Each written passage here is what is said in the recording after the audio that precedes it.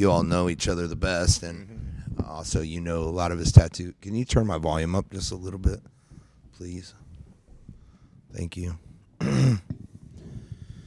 Yeah, so probably All just right. let you kick it off. Cool, we good to go? Yep. All right, so I'm here with my bud Tom, a.k.a. Tommy Tickles. AKA Tattoo Tom. Tattoo Tom, and definitely one of the first guys I wanted to get on here just because I know you've got a long history with tattooing and with weed. Yeah. So I think I feel like I've known you for about 18 years. Oh, yeah, it's been a long time. Yeah, I mean, if you know the through the metal. 2004, 5. Yeah, around there. Yeah, the remember your band covered Mississippi Queen. Yeah. Oh, that was good. With Alex Skiles as a 13-year-old guitar player Yeah. who ended up being like one of the baddest people around. Yeah, that was a wild time. Just Bills was a wild time, and yeah, I was like around that. I was like working in a tattoo shop. You were tattooing, and I think you were apprenticing or something. Right? yeah, I was whatever. like a front guy, and like Yeah. kind of, I was watching the VHS, Yeah.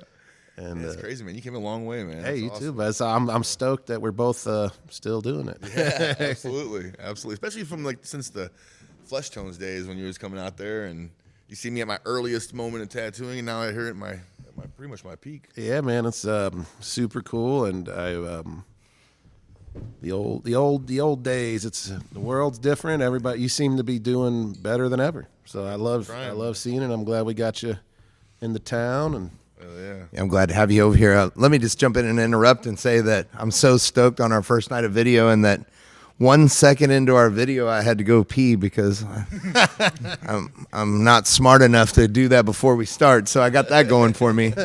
All right. I was like, oh, LT's leaving. Yeah, well, I'll see you guys later. Now that I get you all here. Heard enough of your all's bullshit. Now that I've got you all gathered here, goodbye. Oh shit.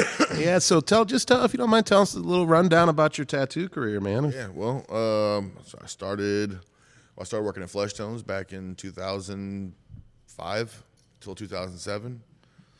That's where you apprenticed? Pretty much, yeah. Yeah. Pretty So much. you started there, apprentice for a year or something, or 6 months? Yeah, it was about a year. But the thing is, it was kind of like all backwards because I was doing homemade tattoos at the time, and I was just just getting to the point where I wanted to meet a tattoo artist, and I finally met Ali at a cake party one time, and he told me, he's like, yeah, I run at a shop at Flesh Tones, and he's like, come up there and kick it with me sometime, and so I go up there and kind of it was like a hang around. So I earned my first tattoo machine by cleaning off the needles off the needle bars and cleaning the shop and all that kind of stuff. And so once I finally became, like, he kind of showed me a couple things on the machine, and then I earned my first one, so I started tattooing with that, and then pretty much just kind of sort of taught myself. He showed me a few things to kind of get me going, but he was spending more time doing drugs while I was pretty much trying to tattoo other people, but yeah. So then after that, I pretty much parted ways with him. After about working there for a couple years, I started working at Dermographics, which was in Bethalto at the time. It was ran by my buddy Tracy. I worked there for a short time, and then I went off to tattoo out of the house, scratching, for until about 5, almost 6 years ago. Back in the tattoo shops. Yeah, these are, like I'm sure LT never met Ollie before, but he was a super talented dude. He worked where I used to work, T-Dogs, LT, and way back in the day. And my boss, Tony, would always say that between like noon and 3, that dude's giving you the best tattoo at the shop. But then after 3 o'clock, he'd just leave. he'd be like, I made my money for the day. I got to go. So he was like, all right, man. He was tattooing for drugs, and then he got me all caught up in it. And then I started an addiction till about 2015. And then that's when I decided to give it all up. Nice. I was out there pretty bad. I was a junkie, using meth, and fucking turned my life around. I met this great girl that I've been with still to this day, and shit, we're going to the top. That's what I love to see. I built so much in 7 years. It's crazy how as soon as you get your head out of your ass, you give yourself about 6 months to a year, depending on how long you've been on it. Get your head out of your ass, get yourself situated, and everything just happens for you. Yeah, no, I love seeing the progress on Facebook, you know, and the social media. You know, obviously, I know you in real life too. Yeah. But social media and stuff, and being like, oh shit, like, and then seeing you getting into the growing and the helping out people and stuff. The growing It's awesome, man. I understand. I'm an addict myself, so actually December 26, 2010 was the last time I did any of that. Nice. Yeah, that's awesome. Yeah, no, it is crazy. Like, it's so insane how you can like make a 180 turn and how your life can just like you're so more motivated and you can see all the things that you fucked off before, and like, you know, if you get focused, I really think that like a recovered addict is one of the hardest, like some of the hardest working, like most interesting, like, you know, people that there is. Like I was just talking about this earlier today, funny, because I feel like it's almost like we're schizophrenic. Like you have this whole fucking life before, and then like when you change and like you know, your spiritual principles and your morality and all this stuff changes, like when you do this. And like the person that I was even 3 years sober is not the person that I am 10 years sober. Yeah. Actually, I'm disgusted with the person that was 3 years sober because I was still doing like ill shit in sobriety, like manipulating and lying and maybe not, you know, being 100% on some things, and, you know, not being accountable, or, you know, there's all these things that like once you've, and then when I go back to the schizophrenic part, it's like I changed so much that people don't even know that I could even be like that. They're like, I don't even believe that dude be like that. But unfortunately for them, that sometimes the old me shows up unannounced and nobody likes that, you know? And I mean, I don't have to be jacked up on dope for the old me to show up. And when the old me shows up, motherfuckers are like, dang, I wish the old him wouldn't have showed up. Right. You know? So I think I definitely think that once, like what you said, once you get your fucking head out of your ass, bro, there ain't nothing you can't accomplish. You know? Yeah, it seems to all just kind of fall into place too. It's just you gotta learn yourself first, and then start learning how you can apply yourself out there. Well, I think once you stop trying to control everything, right? Yeah. Then life gets really easier, because then they're like, I'm not trying to control my chick and trying to figure out what they're doing at work and trying to manipulate that whole situation. And I'm just like throwing shit out, but I know because like now I got a whole bunch of fucking free time on my hands because I ain't trying to control everybody else's motherfucking life. You know, like it got real easy when I gave up and started letting the universe take care of shit for me, and I just kind of like work hard and you know, kind of apply yourself. Apply myself a little bit here and there, and next thing you know, I got something huge accomplished that nobody even thought I could accomplish. Anyway, that's been my whole thing, man. It's just been, everything's been lined up. I go to the universe too. You know, it just, when you start wanting something bad enough, everything starts, you know, falling into place. Next thing you know, you're right where you need to be. You know what I'm saying? And you never know when it's going to happen, but as soon as, if you're grateful and you're aware of things, man, it's like right towards the end. Here I am 7 years later, and it's like doing big things for myself. I love it. Yeah, that's awesome, being man. Sober, man, is the best thing. It's, you know, or not, well, I don't really say sober because I smoke weed. You know what I'm saying? So it's more or less just being clean from hard drugs. You know? For sure. Yeah, it makes my life a lot more manageable. No, I understand. Yeah. Yeah, it seems like that's like you said, the recovered dudes that I know from that stuff are just like the toughest, or like make shit happen, or, you know, like I feel like just like a month ago, Tom was like, I'm gonna get buff. And now he's fucking buff. You know, so he's hitting the gym. You know, that determination. If you kick meth's ass, anything else is gonna be. Well, I think as a dope fiend, I would drive 30 miles in a snowstorm with no windshield wipers and no headlights and a radiator half full of water in suspicion there might be some dope over there. Not that there's even any dope, suspicion that there might be dope. Yep. And I show up, not even have money. You know what I mean? Like hoping that somebody just gonna give me a knot or whatever it is I'm trying to get, right? Yeah. And like, fuck, if I just apply half of that to my life doing good shit, holy fuck. Yep. Like, I for real, man, like what I just said, that is it's a little exaggerated, but I've really done that in a snowstorm, drove across town, didn't have any money. They didn't answer my phone calls or nothing. I show up and fool's like, what are you doing here? Mm-hmm. You know what I mean? Like damn near throwing snowballs at me.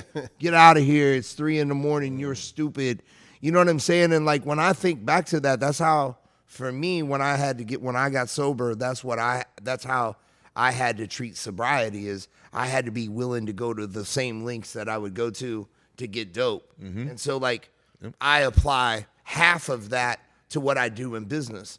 Well, if I just get up every morning and, you know, fucking brush my teeth and start making phone calls, fuck, the day will just snowball out. And next thing you know, I'll have a whole bunch of shit accomplished. And like, that's way easier than getting in a car, driving all the way across town in the snow. Right, and like, you know what I mean? Like, so I'll take it. You know, the thing is like holding yourself accountable too. That's you know, at first I was so strung out on dope that it was everybody else's fault why my life was the way I was, you know.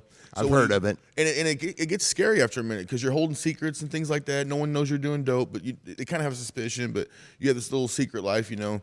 And when you finally, it's like real scary to hold yourself accountable. It's like to really, you know, admit that it's all you, you know. And I know. So when you finally hold yourself accountable, you know, it's actually 10 times easier. It's actually, you fear doing it, but when you finally get to doing it a bunch, it's like, you're just holding yourself like, yeah, you know, you're just holding yourself accountable. It's like nothing. It feels great. It's not as scary as what everybody else, that's why people avoid it, you know. But, so yeah, and plus you don't, I don't know, man, that's one big thing is holding yourself accountable on anything, especially with something like that, with recovery. But yeah, that's the most important thing in the world for my life. Yeah, me too. Because without it, we probably don't have a life. Yeah, would be my guess. Yeah. Absolutely. That's been the way it looks for me. Well, that determination definitely shows in your career too. I mean, like you work at a cool shop and you're killing tats and stuff. And yeah. 618 Inc. has been, I mean, just a huge blessing. Knowing Matt, and Matt's my boss. His birthday is the exact same birthday as mine. Which when I went to his house because you know I went up to the shop, talked to him. First thing I said to him he was talking to some dude, right? The dude leaves. It's just me and him. He's like, "Hey man," I'm like, "Yeah, I'm Tom." Blah blah blah. He's like, "Cool." And I said, "First things first, before we go any further," I said, "I am a recovering drug addict." I said, "I used to be a junkie. I used to shoot up meth." I said, "I don't do that shit no more. I turn my life around. But I want you to know that this is who I am. This is, you know what I'm saying, this is what you're hiring into your shop." Yeah. So he's like, "Cool, man, whatever," you know. So I went to his house the next day, me and my old lady, sat around and talked to him because his old lady is like Tiffany. She's the piercer, and she's got a really big intuitive, you know, she can tell when someone's a joke.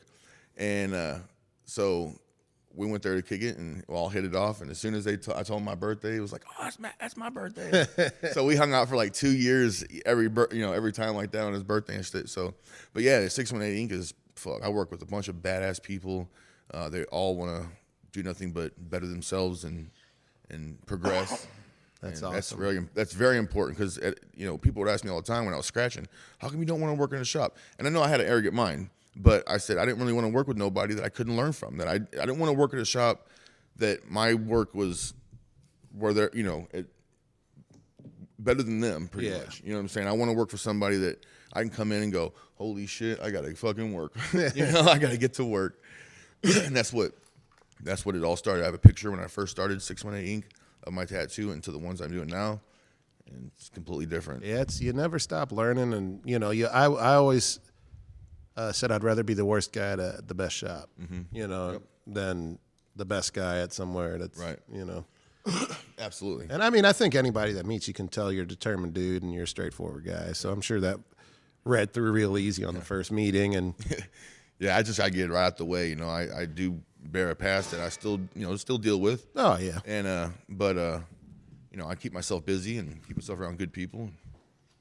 You know, those thoughts don't come when I'm bored. Yeah. I'm sitting there doing nothing. You know what I'm saying? Idle hands. Yeah, exactly. So Well, eventually, that won't even be a thing, bro. You know what I mean? Like, I hardly like other than like talk about it in a positive light, like. And you know, you did not talk about it in a positive light by introducing yourself to Matt like that, in my opinion. But like, I think that's really admirable.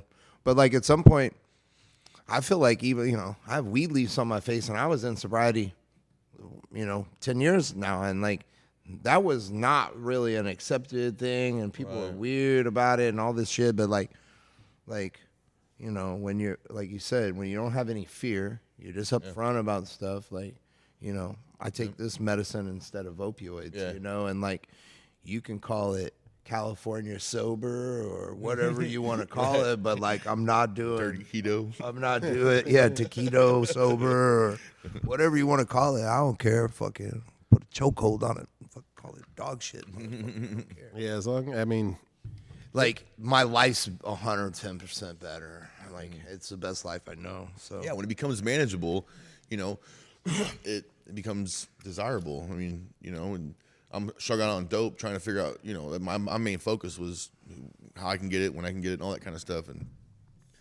just a point in time, man, you're like, man, I want to grow up so bad. I hate this life. well, you made it out. And, how old are you? I'm 39. Okay, I'm 30. I knew we were about the same age. Yep. Yeah, and I remember. I made it this far. That's another thing. That's why I wanted to get in shape. I wanted to start doing better for myself. Yeah. Because I'm 40 years old, and if I'm lucky and I make it past all odds of what there is, I could make it to 60 or 50 or 60. And if I do that, well, shit, I better look forward to another 10 more years. I want to make sure that I can wipe my own ass. Though, yeah. I want to be that 70-year-old man that's out there playing basketball with the grandkids or something. Yeah, no, for sure. Yeah, I mean, you've already. Yeah, you made it past all that other stuff. So I mean, might as well treat yourself good. Yeah, it's time to get the body that I've always desired and wanted. That it's like I have the mind of a warrior, but a body of a slouch. I just want to be that person that's in good shape and looking good, and confidence and all that kind of stuff. Making it happen. Yeah, absolutely. Yeah, it's been the best thing in my life so far. Can't say it's did anything wrong or did anything bad. Yeah, that's true. So. You like to do black and gray, yeah? Mm-hmm. That's pretty. Yeah, I've always thought that, or seen. I could tell that, Yeah, I'm just not always been real super big with a bunch of different color palettes and things like that. I could put a bunch of different stuff together, but when it comes to like super, colorful things like, hyperrealism or whatever, I just don't really get into that. But I like to do some color, like bold color and things like that. But black and gray is just more to me appealing for me, And I just think it looks cool. Even like back in the day too, you were into the black and gray, yeah. Paul Booth is really what got me into that. Paul Booth, Bob Tyrell, all them. Did you? I remember the first convention I worked at. Bob Tyrell worked directly next to where I was. It was so stressful. I don't even tattoo like that, but I love all tattoos. Yeah, absolutely. And he was here, right? Yeah. He was like, that was that year, LT. That was the. Yeah, no, and that was the year, bro. I brought Roman, and that was a wild. There was a line around the building to see Roman. Wow, that was crazy. My boss got tattooed by Roman out of his shop. Really? Yeah. When? If I'm not mistaken, let's see, back in I think 2000. Let's see. 18 or something like that. Oh, okay. 17. Yeah, like kind of recently. Yeah. What did he get, bio or a picture of himself, zombified portrait of himself. That's funny. Yeah, he's got a bunch of crazy different tattoos on him. I worked with Roman for about 5 years. And traveled with him a lot, and I brought him here, and we brought Tony Ramel from Tattoo Society here. Megan Hooglin was here that year. Yeah, my bud Chris has a bunch of tattoos from her. Me and Josh Martin booth together that year. That was a wild. So that convention. So I got sober right after Stu got kicked out. Well, that convention, I could see why you'd get sober after. That was a wild year. Yeah. Oh yeah, no. I went back home and spun all the way out of control, and then I had to get sober.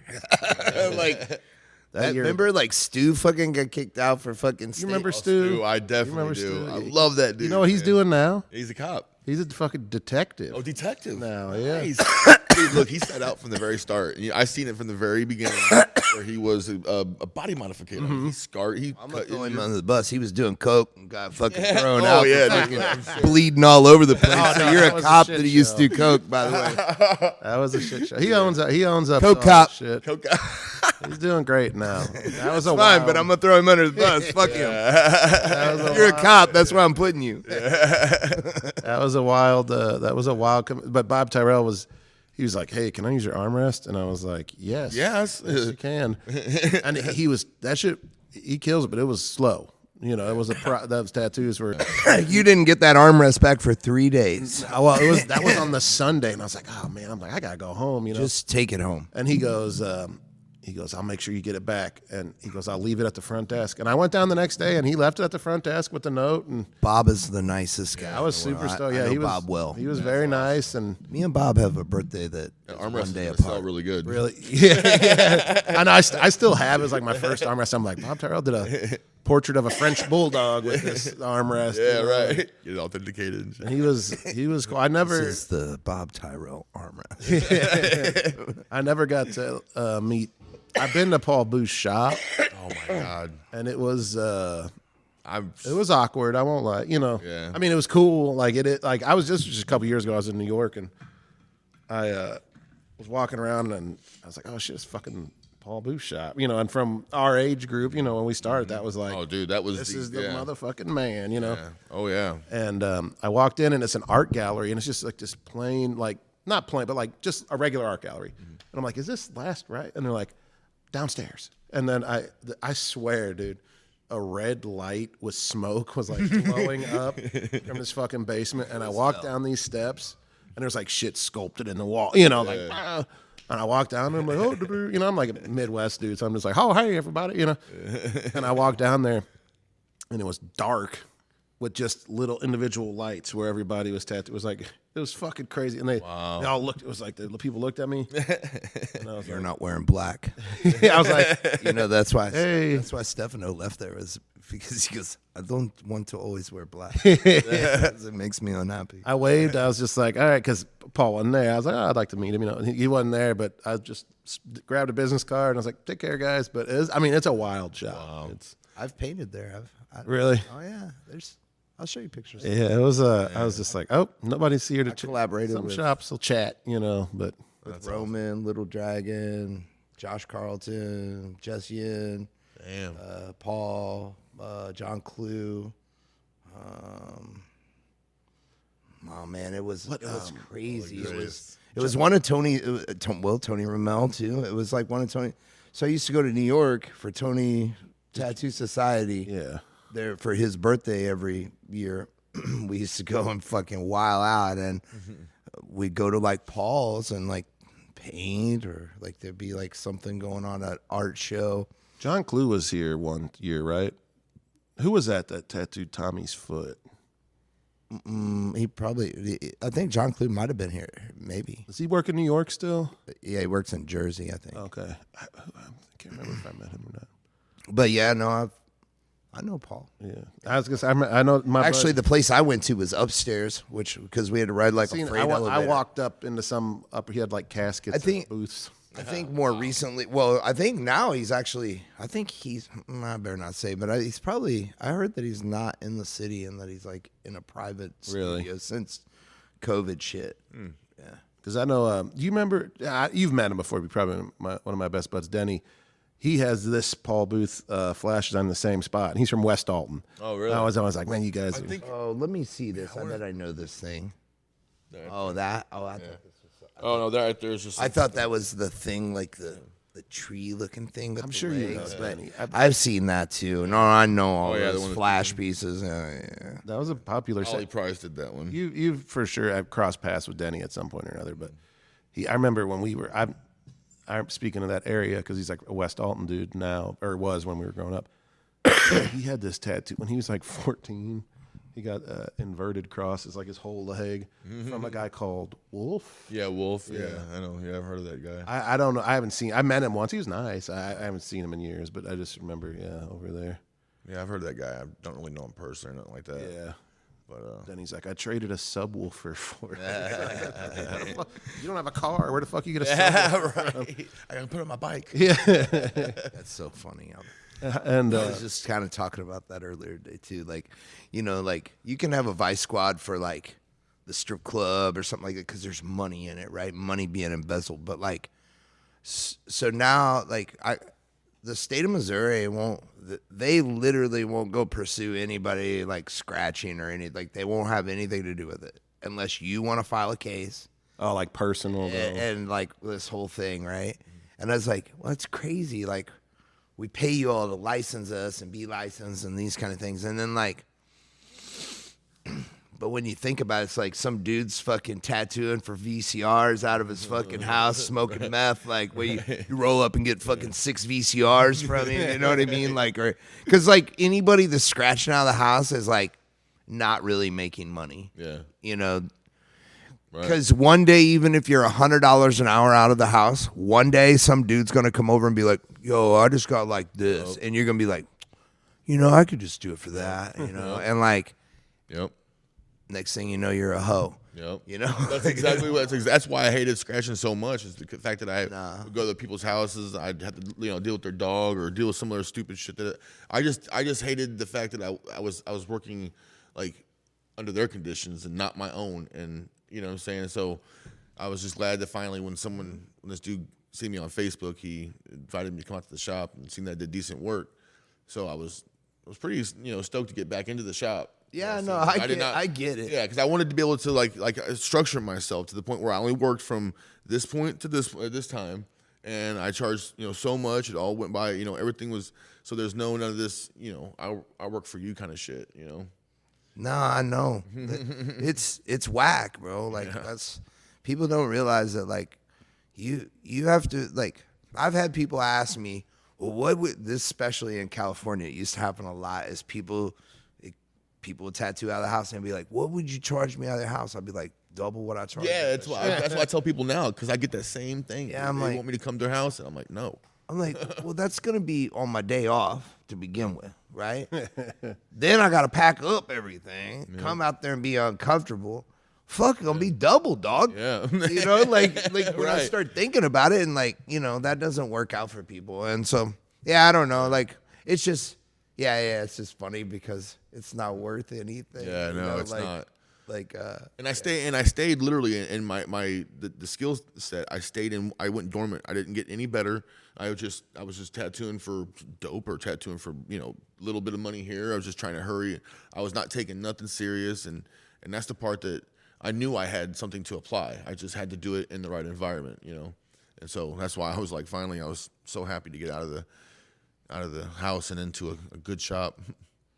Yeah, no, I've been in both. I've ended up there because of dope, and like, there's nothing worse than that. Like, I got a tattoo to do this dope, and then I want to. Well, first I'm gonna go do something in the bathroom, and then I really don't even want to do your tattoo. Yeah, you're right. And like now I need to get you out of here, and like it's the worst, worst. And then you go around and you see them somewhere. They're like, yeah, I still got this. Looking at you, you're just like.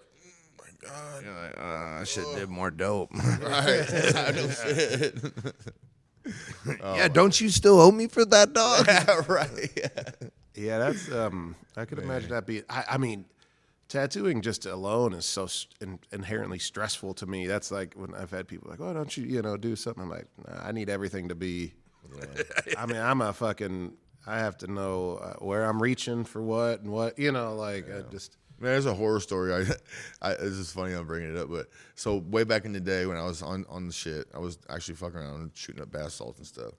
So this is terrible. Wow. Yeah, it was. It was pretty bad. I'm a little interested. Yeah, I'll tell you. I fucking Not like yeah. this dude came over. So it was a buddy of mine, right? So these two dudes come over and I tattoo him. Dude wants an old school clothespin, and he wants clothespin mafia CPM. Mm.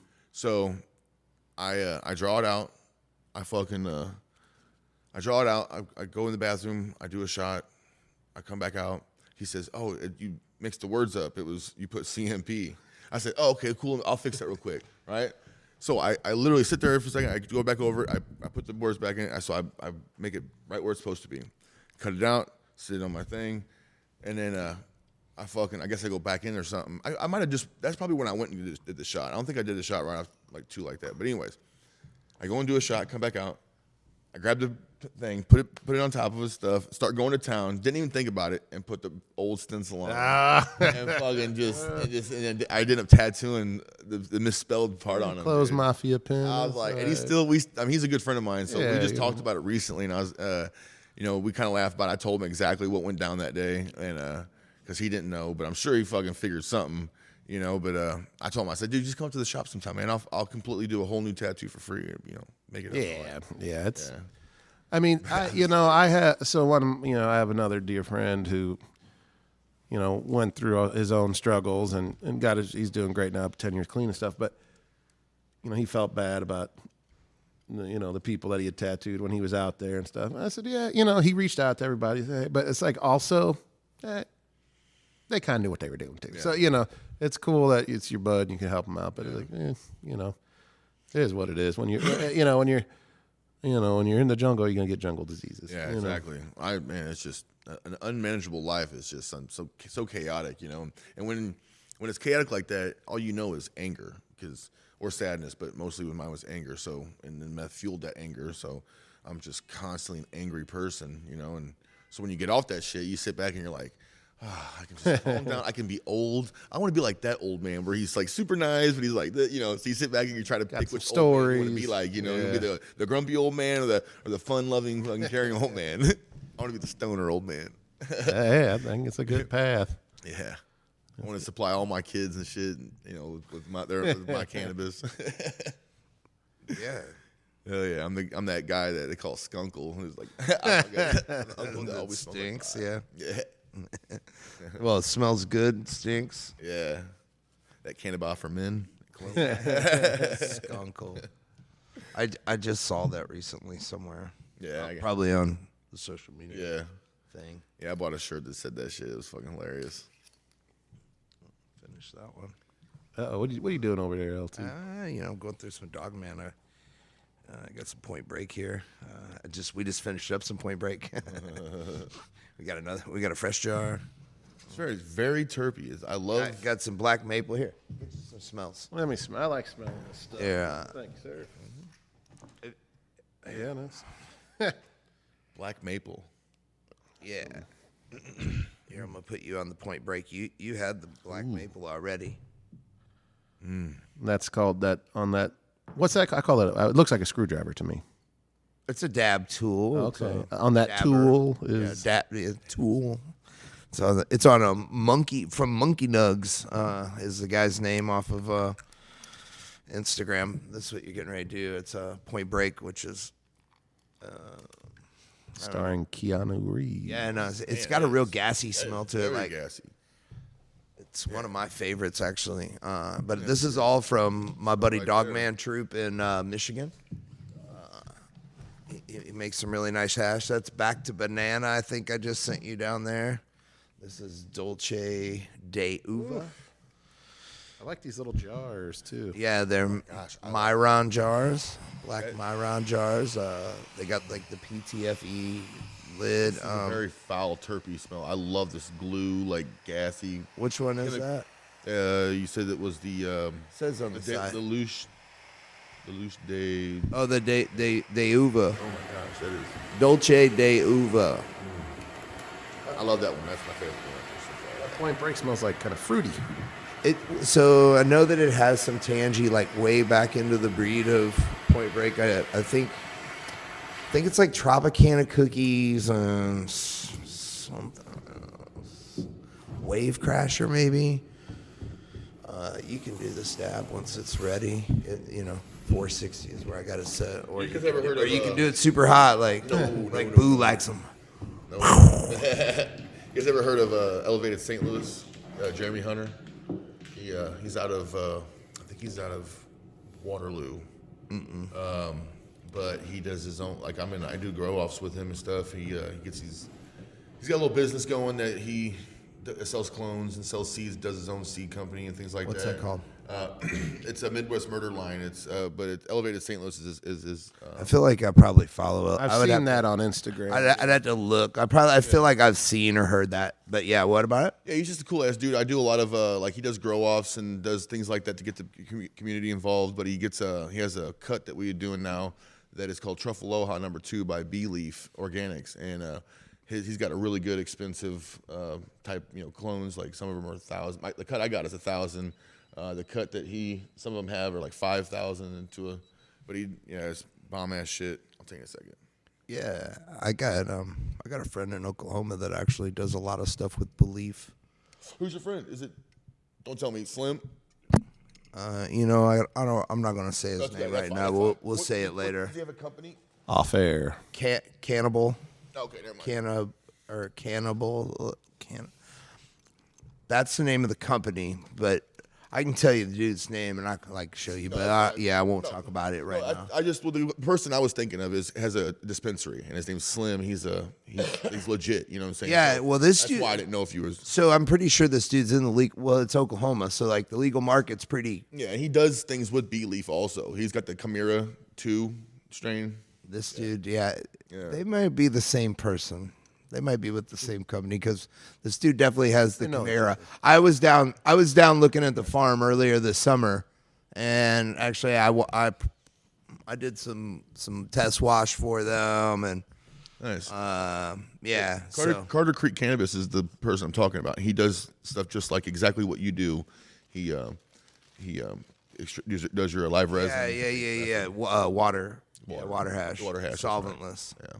Yeah, it's called icy melt solventless extractions. Yeah, we'll pass some IG stuff when we're done. Yeah.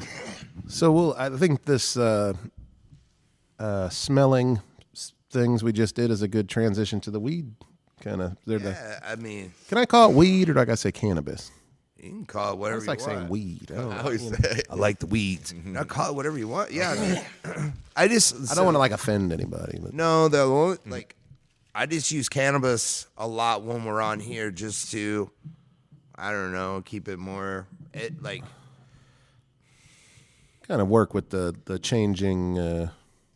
Well, I think that's part of what our problem is that we don't have everybody doesn't use the same terminology. So when we talk tattoos, right, we all have the same vocabulary, strokes and da-da-da-da-da. And it's taken many years to get this vocabulary and even to be able to describe these things. But now we all, we can talk and we know what we're talking about. Right. Like you just said, can I call it that? And da-da-da-da. And I think that's what the problem is, that there's not a solid vocabulary of anything. So it's just like I call this hash. It's really rosin, but it came from water hash. It's pressed. It's cleaned. It's actually rosin. That's what I should be calling it. But then some people will call BHO hash, and that's not hash. Yeah, right. That's liquefied trichomes, which is something different. But I think that's one of the things that weed, cannabis, marijuana, all these things, it needs a vocabulary that everybody can have a uniform talk about. And that's when you can start to actually have real conversations about things and get past. I feel like a lot of those names were put on it just to, you wouldn't call, I don't know, an orchid some fucking weird name. You know what I mean? They did that shit to downplay it or something. No, I don't even think marijuana is a real thing. I think they made that up. I think that's a Mexican word that they made up to make it where it's racist on Mexicans. I'm not 100% sure on that, but I think There's something I've heard. Well, and just to kind of back that up, in Michigan, they have to use an H when they spell marijuana on the thing for some reason in their state, because they don't use J's. Wow. I don't know what that's Sounds from. like a gang. Using sixes and stuff. Right. You know what I mean? That's weird, right? When I was over there and I was reading their shit and it said marijuana, I'm like, just put an H in there. don't But do I'm J's. pretty sure that they made up the smoke word marijuana H's. because like marijuana has nothing to do with the word cannabis. Yeah, that's And like that's I'm pretty sure that that's like a Mexican derivative, and that they did it to like promote race. Because like a lot of this stuff is the prohibition of this stuff was built in racism. Oh, they smoke a little bit of marijuana, they go crazy, rape our women, blah blah blah. Like, dude, like if you go back and look at like those old like marijuana madness, reefer madness and all madness that. and all those things, like that's real life, bro. They were doing like that. So Speaking of crazy names, you know what my dad calls hash, don't you? Did I tell you this? you did, but now I can't even remember because I smoke so much hash. Resin from his one hitter, and then he'll roll it in cigarette ashes. He calls that All out. growing up, he's like, where's my hash at? I'm like, then when I was like 16 and I started smoking weed, and I was like, let's make some hash, and I scraped the pipe, and then my friend's like, what the fuck are you talking about? Oh, hell no. Like, well, my dad said. Yeah. They're like, that's just smoking gross ass resin rolled. I'm like, who's got a cigarette they can ash on? We used to use the ashes in a pipe to keep from the resin. Like, Yeah. we'll put a big old flat thing on top and burn it that way. Man, I remember those days, dude.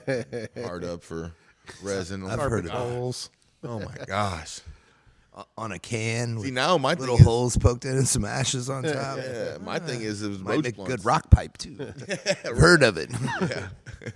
Yeah, I like keeping those roach blunts and shit. Dude. I'll have a whole pile of fat, nice big old bag of weed, and I'll have like 6 or 7 good roach blunts, and I'll just like rather smoke that sometimes. Potent. Yeah, like the non-filtered fucking Pall Mall cigarette. What do you remember like the first time you smoked weed? Yeah. Yeah. So, oh yeah. As a matter of fact, I worked with my buddy at a junkyard. His dad owns a junkyard and shit, and he was smoking in front of me one time, a couple times, and he's like, "Hey man, you want to hit this?" And I was like, "No man, I don't smoke bowls, right? I smoke, but I don't smoke bowls." So the next thing he hands me a joint. "No man, I don't smoke joints." Like, "What do you smoke?" "Well, I smoke bongs, And he didn't have a bong, so I was like, so anyways, we go over to his buddy's house. Now Donnie, my buddy Donnie or whatever, he's a guitar player, and he was so cool back in the day. And I'd see people bringing down trash bags of pot. I was like, "Oh, that's so cool," because my mom and dad, they smoked and all that shit, and they made it real cool in the house. So so we're sitting down, all right, and a dude starts packing up this bong, this little snake bong that had a coil up, and then the mouth was like the bowl, whatever. And I seen him hitting it, so I'm sitting there going, okay, I know this is it. I have to hit it now. You're I'm sitting there studying them, like how are they doing this? So I'm watching them hit it and watching see how much smoke and then pulling it. So I'm okay. So they get it to me, and I think I have it. I feel like I have it. I'm sitting there hitting it. I go to pull it, and he's like, no. Trying to tell me put it back down there. So I'm doing this, and he's telling me to put it back down. So I go to do that, he's telling me to put it back down. So he's trying to keep it in there. So next thing you know, I get this big ass rip, dude. It just chokes me out, man. And everyone's laughing at me, and they're like, "Oh, you've smoked before?" And I was like, "Yeah," which I haven't. But oh my god, I was so fucking ripped, man. They were making fun of me, and I just remember from that point on, I just wanted to smoke all the time, because But man, that was. How old were you? I was about 13. Do you remember what strain it was? No, I don't. It probably wasn't really a strain. But Yeah, it was trash bag pod. Trash bag bud. Yeah. But So that was the first time you smoked, or? yeah, that was the first time I ever smoked at that point. Well, that's awesome. Yeah, and so my mom let me smoke pot when I was like 13. I had a bad anger problem, and when she confronted me outside one day, I was smoking with this girl down at the end of the street, and she asked me, she's like, "Let me be honest with me." She's like, "Are you smoking pot?" And I was like, "No, I'm not," And she's like, "Damn." And I was like, "Well, why?" And she's like, "Well, I was just gonna see if maybe that girl had like a couple joints she could sell." And I was like, let me go. Yeah, I think I have it, Mom. Let me go. I'll go back. So I brought back like 3 big old fat ass joints for nothing. They just rolled because they were like, I was like, "My mom wants these joints," and like, so here you go. So I brought them back, and she was just like all excited and let me have one of them. And fuck, at that point, I was good, But it calmed me down a lot, But yeah, at that point, I've been smoking ever since, So yeah, obviously, and then you progressed on later in life and did more drugs, and then Yeah. and then you got clean, and So what brought you back to? Did you ever stop at all, or you just that's what you like went right back to as soon as you got off of the main dope? Yeah, so when I was on meth, it was a lot of speed, so I didn't really like being high that often. I would smoke sometimes, but I found myself just being more interested in meth. So when I finally got off that, yeah, I started using that for sure a lot more and became more of a hardcore pothead like I used to be before meth. But yeah, and then I really started, once I started growing, was during the pandemic, and and a lot of I've heard of it. yeah, and so my boss and then another artist up at the shop was talking about they got their license and stuff, and was talking about how to grow, and so it just kind of fueled me from there. We was always talking about it, so every day when I started growing, we'd come back the next day and we'd talk about stuff, and I'd be like, oh no, this is happening with my stuff. He's like, well, and he'd go look on his Facebook groups, and I'd go and look on mine, and we'd come back together and we'd figure it out. And So let's back it up. So you guys, so during the pandemic, you worked at 618 Inc. And you guys you're shut down for the pandemic. Yeah. So you got a lot of time on your hands. You're like, man, what should we do? And you all are like, yeah, we're gonna fucking grow some weed, and it's like sick. And so like 3 of you at the shop or something, or yeah, it was maybe actually more? when it started, it ended up being about 5 of us Yeah. were actually growing, but it all started with, I think, Matt. He was just he got his license, and So what was your like first setup? Like what was you were telling me earlier, what was your first setup, and what was the first stuff you put in? And how'd that go? well, so my first plant ever was the Gorilla Glue number 4. It was our clones. There was 2 of them. I bought them from a dude, and so I brought them home, and I had bought these little white rose little lights. They were like 100-watt lights or something. I bought 3 of them, and I just put them in this tub that we had a tub that we didn't use in our bathroom, and we had a shower and a toilet, you know what I'm saying, but this tub was sitting there and it wasn't being used, so I used that as the grow area. And I got some Happy Frog soil, and I put it in there, and I was using or what was I using at the time?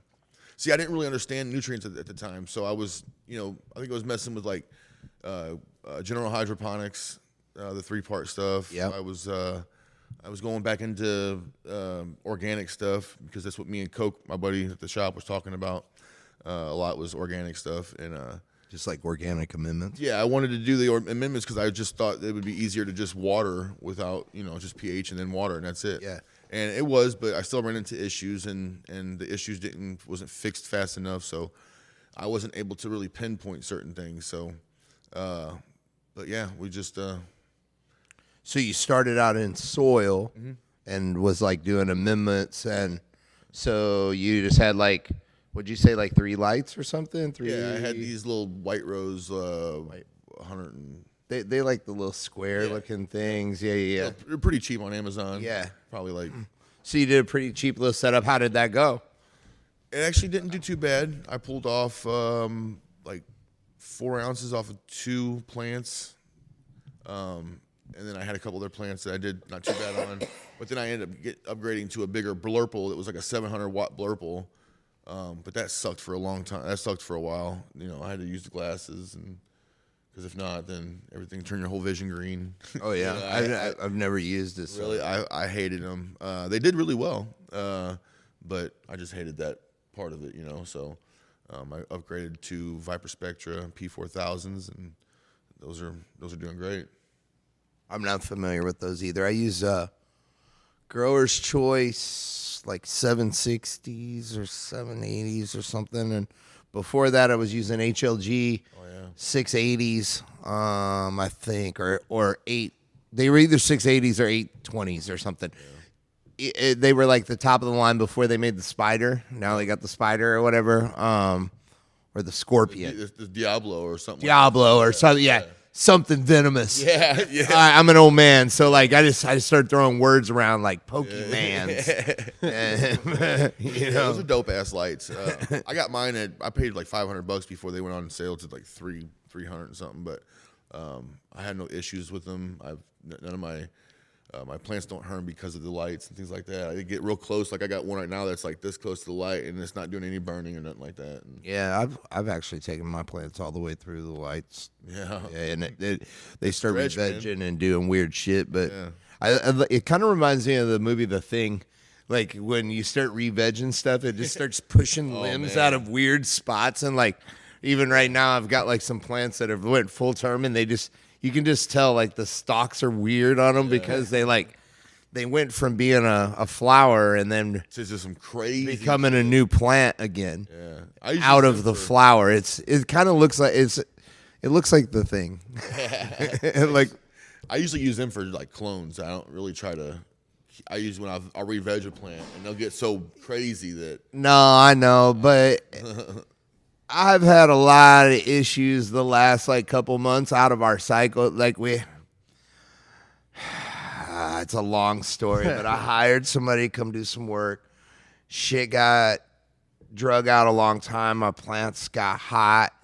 I got root rot in like all of them in every stage, but I didn't know that all of the way. So then we finished out a harvest and then found out that it had been locked out and these plants didn't grow the whole time. And then so I was only able to pull off limbs that were already budded to like go back and clone to save for the next round. And then I had to put them in because that's what I had. And so like it's just now it's taken, everything takes like 2 to 4 months. Whatever you're doing takes 2 to 4 months to like fix the problem, really. So basically we're on track for a half of a really good harvest, and then this next one is going to be good as long as everything goes the way that it's supposed to. Yeah. But we had a bunch of heat issues at the end of the summer, and it's rolled over all the way into winter because like I've got plants that were stunted. I had started new seedlings and they got stunted too, and I was in the middle of a phenol. It's just been it's been growing. That's what growing is like. It's kind of you mess with autoflowers or anything, or do you do just nothing but photos? Yeah. Regs or films? So I only messed with films up till about 2 months ago, and then I bought a whole bunch of Little Lake Valley Seed Co. stuff, and all of his stuff is hash, but it's all regs. And I was like, I feel like I would be stupid not to breed these back to themselves and make F2 seed stock out of the stuff I just bought, since I got the males here, and I've never done it before, and I can just do it. So I did it last month. Now I've got F2s of some stuff called Arrows con Leche. I have some seeds already. Nice. I'm gonna pass those out to some friends and let them like play with them. Nice. And then now though my tent's ready. I've collected pollen from like a strain called Southern Hospitality, and I've got the Arrows con Leche. So Arrows con Leche is basically like sticky rice, is what it means. Like it's kind of like tres leches, but like it's like sticky rice milk is kind of what it translates out to. Anyway, breed that with Southern Hospitality. I'm gonna name it like red beans and rice or something. Nice. You know what I mean? How stressful was your first breeding part? Like having your male and your female for the first time doing that. How stressful was that for you? It was stressful as hell for me. I had ones going flower in my other room, way at the end of the other end of the trailer, and then I'd have my other breeding tent, and I was told, man, like, that the pollen can just, one little pollen piece can get on you, and you traveled all the way back there, and I was so afraid of ruining my other crop back there that I was wearing white suits and just being all crazy with it. I spray myself down with water when Yeah, I'm that's done. what I started doing. But I have 2 rooms that are side by side, like shotgun, like, you know what I mean? Like basically if you had a square and then cut it down the middle, right, or a rectangle, cut it down the middle. I got 2 big rectangles. So on this side over here is all veg, and on this side over here is all flower. Well, the flower is at night, and the veg is during the day. I keep all the males and all the breeding going on in here during the day. So I only mess with them during the day when I can't.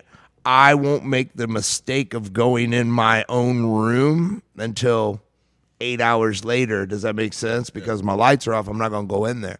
Right. So 8 hours later, I've probably changed. I've already sprayed myself. So I set myself up from the beginning to not fuck things up. Yeah. And I've got that all controlled in one tent. And so far, I only bred what I wanted to breed. Yeah. And I mean, like, what it is, I let the whole plant, like, the plants I put in that tent get fucking, they're full of seeds. But, like, what I'll do is I'll take a plant in and I'll like paint it a little bit. And then I'll spray it down with water, and then I'll take it back into the flower room and only let that one piece pollinate, and then the rest of the plant will still be good. Nice. I think if I set it in there for like a couple days, because this next time I won't even have males in there. So I won't have like pollen just like freely flying around, No. Yeah. Well, actually, I probably will. I think I'm going to collect pollen all winter long. It's kind of like the way I got my breeding tent set up is like, because it'll get hot this summer, and I already know. And so I just figured that I'll just breed all winter in this tent, and then in the summer I'll just shut down that tent and call it a day for it. And it's only 4 plants anyway, so it's a real small. Nice. Like I told you before, I do all DWC, so like it's a setup in there. I can't just. Well, I mean, I could take it out and put 8 pots in there, I guess, but 4 is what I'm going for in that thing. Yeah, DWC was actually pretty freaking easy for me when I first started. I did it one time. I overthought it the first time. I was gonna go with this huge system kind of thing, with this big reservoir and all those pieces that I had to order and figure out and all that kind of stuff. And then I just got so overwhelmed that I said, screw it. So then some people on my team were growing in a two bucket system. And this one dude that started actually did really well with his. So I said, fuck it, I'm gonna go ahead and do it. So I got these trip fruits from a dude over in Amsterdam. And, anyways, his name is Dutch Candy Trip High, and this strain was Trip Fruits, and it had like the Malawi Gold strain in it. It was a Uzbeki land race, and it had like a bunch of cool stuff that he put together, right? Mm-hmm. So I popped 2 seeds, got 2 females, and I was like super stoked about that. Dude, these things got so huge. The buds were way more beautiful. It was just, man, it was such a great time, and it was super easy. I literally just mixed my nutrients in a bucket of water. A week later, I come back to it, switch it out. Of course, I check my pH from time to time and make sure that everything's good. I had 2 air stones in it and checked the temperature, and man, it was such an easy. I have like basically, so mine's like recirculating and shit. So like it's on auto always. So like basically, I put water in and nutrients, and then like it all just runs constantly, and like change the water every couple weeks or every 3 weeks or something. But mostly I'm just adding water because they're drinking water. But so I started doing that in the pandemic here in the city, and like being in the city for me, it was better to do the DWC because I could just drain the shit down the drain instead of like transferring out dirt or getting new cocoa bags. Bringing or bugs in. And bugs and all that jazz. So that's why I got into the DWC. But like now I've found that for me, it just works really well. I do want to do some all natural shit, I'm spacing out right now because I got so high, but So are you doing salts or are you doing no till? Yeah, well, I have to use salts. That's right. Yeah. I have to use salts. I'm using Athena right now. Oh, okay. You have to use salts in. With that being said, I'm always, if anybody wants to like comment on the podcast or anything, I do want to know if I can make Jadam natural ferment nutrients and use them in a DWC. And I don't know why I wouldn't be able to if it's liquid nutrient, other than it's just going to make my lines dirty. But I have been actually thinking about trying to make my own nutrients out of. Like a JLF or something. Well, I think it's like and I'm spacey right now too. I think it's like KNF type stuff where you ferment your liquid amendments. You know, like you could take, I don't know, fruits and stuff like this, ferment them, and basically it'll like liquefy, IMO. right? Yeah. And then you would have liquid, and it would be so many ppms per 100 milliliters or whatever. You would just have to figure out what the ppm is once you put it into your system, right? Yeah. And it should read it just like anything else, or EC or whatever you're running, right? So I don't know. I don't know enough, and I haven't researched enough, and I'm not that far yet, but I think that I am going to try to do that. But I for sure want to do like some outdoor stuff or some Look up OK Calix. He talks about those type of things, like fermenting, like taking IMO, make like through rice and something else that you got to grow. that dude a breeder. Yeah, he does.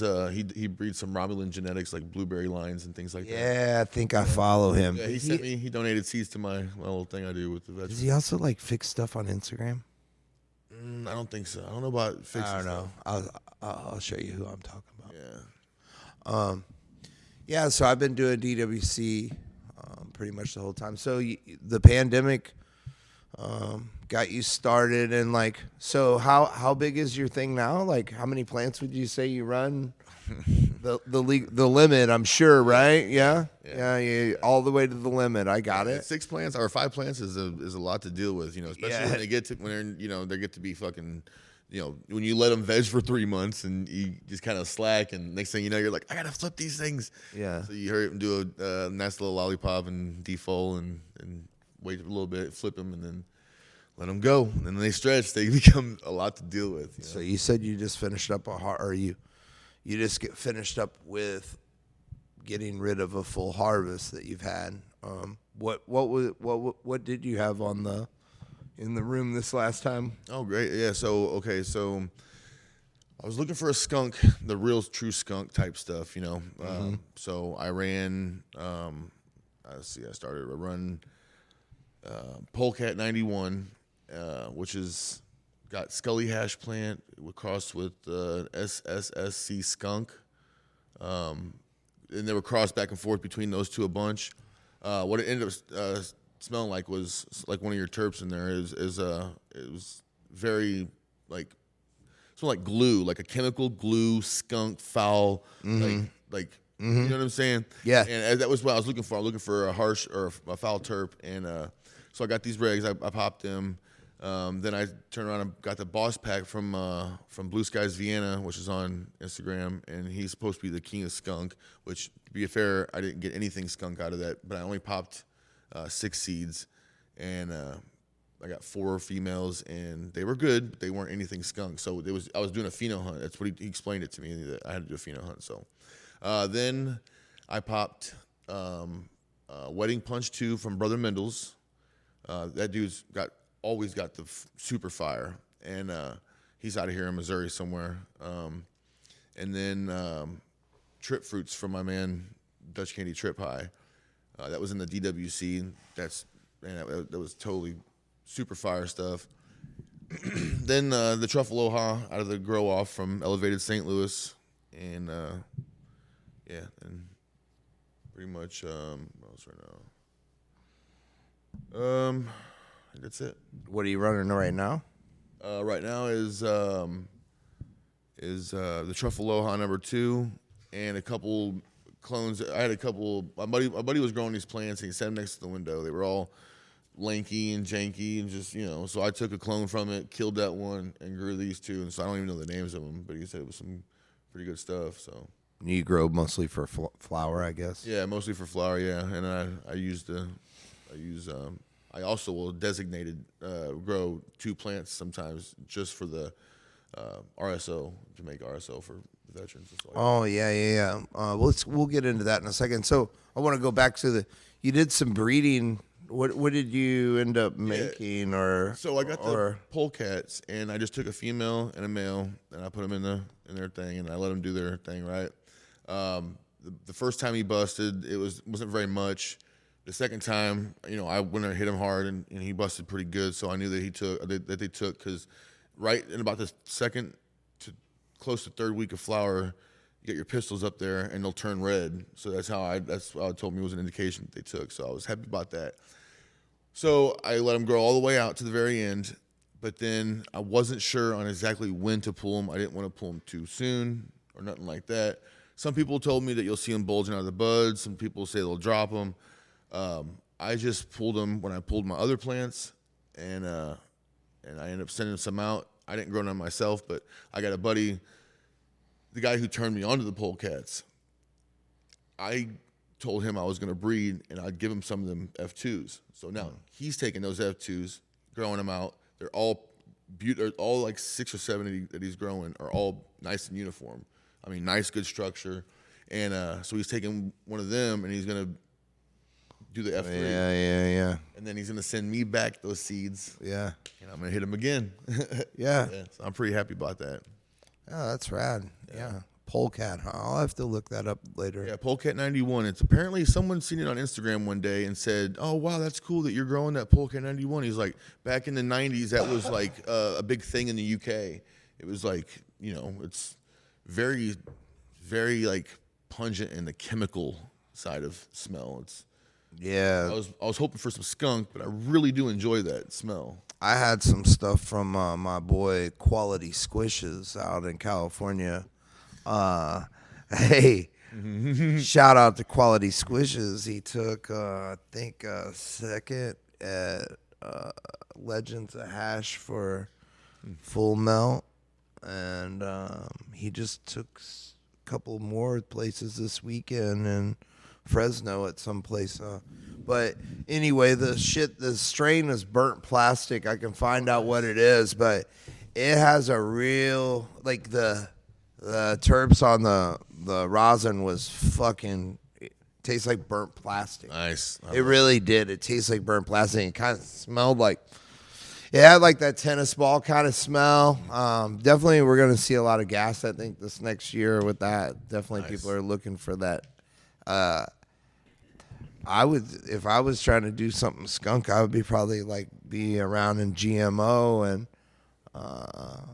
maybe like try to cross Kim Dog or something. With Yeah, that's what GMO. it's had, a Kim Dog. Or Kim something, something with a lot like heavy Kim in it. Yeah, this was crossed with Kim Dog and SSSC. I don't know if it's Super Silver Skunk something C. I don't know. But Not Super Silver Haze, I hope. Or no, yeah, it's got haze in it. It's pretty much, I mean, all the right combinations for a really foul terp, but it didn't come out skunky like I was thinking. But I still end up, really digging it because when you start growing, sometimes you run into the same smelling plants. I know that I had a couple that smelled good and here and there, but it seemed like I don't really like that fruity. Like I do, but I really like things that set themselves, for uniqueness. No, I get it. Well, and there's been a lot of fruit. There's been a lot of fruit in the last couple of years, so I think people are like, that's just how the evolution of things.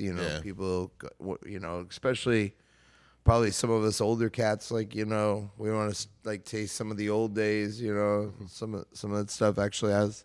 Yeah, I can't even talk about it, but I got something really exciting coming up, and we were talking about a bunch of old strains today. There's the hint to it. But yeah, we were talking about a bunch of old strains today and listing them out, and it's fucking super cool. Me and this dude, The Maui Wowie.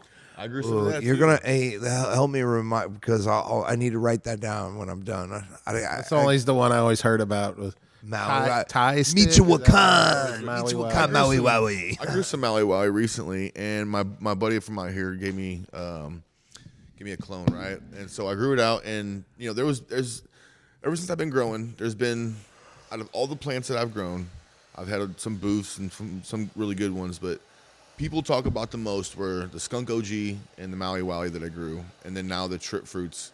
And but that was one of the favorites of people that I would send it out to and have them try it. And they're like, everyone was like, yeah, I like that Maui Wowie a lot. So that was kind of like a good one that I grew. But I was really more focused on foul terps. I was trying to find something that, you know, if it said dead meat carcass piss vomit, I was like, yes, where can I find it? You know what I'm saying?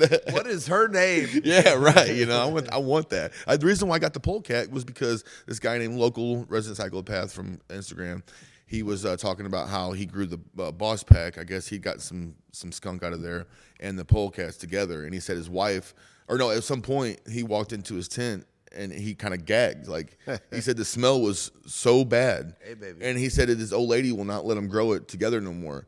And so I was like, well, I got to have that. So I went and found it and bought their last pack. It was come like 15 beans in it. It was all regs. And I did have 2 herms out of it, but the other ones, man, and they're all consistent smells. You know what I'm saying? What you got there, LT? Black maple. Got the black. Oh, that's the that black maple. Yeah. That smells very, like, I love the smell of that. I love that terp profile. My one of my buds grows this stuff called Tahiti lime. I think that's my favorite. Like, out of, you know, I'm a novice anymore. Like, I'm getting back, like, doing this. I'm like, all right, I'm smoking fucking vapor pens and I used to smoke all the time and got me crazy paranoid. And then, but it's good now. I'm getting back into it. But that was the first time that I smoked weed that I was like, oh, this tastes like a lime. You know, like, I'm like, oh, okay. Yeah. And like, it's called, and so it's Tahiti lime, but I get it from my dad and he likes it a lot. And, but he calls it Tahitian lime. No, Tahitian. It drives me fucking crazy. I'm like, Dad, it's called Tahiti lime. He goes, well, Tahiti is Tahitian. He's just fucking with me now. Did Pat have any reviews on the routine garden? Oh, he loved it. He loved it. He put 2. So my dad is he's our unofficial mascot. He's a wild man. He's a wild man. Yeah, he's a great guy. Pat is our unofficial. And like mascot. he's got he still has 2 samples from each. Like our bud Chris was on here and he grows and stuff. And I'm gonna record reviews from my dad. Pot with Pat. Nice. Yeah, he's it's gonna be awesome. That is cool. he's a good dude. He just the photos. Oh yeah, I loaded LT up with you know, my dad's old tough dude, you know, but I'm always like, let me take your picture.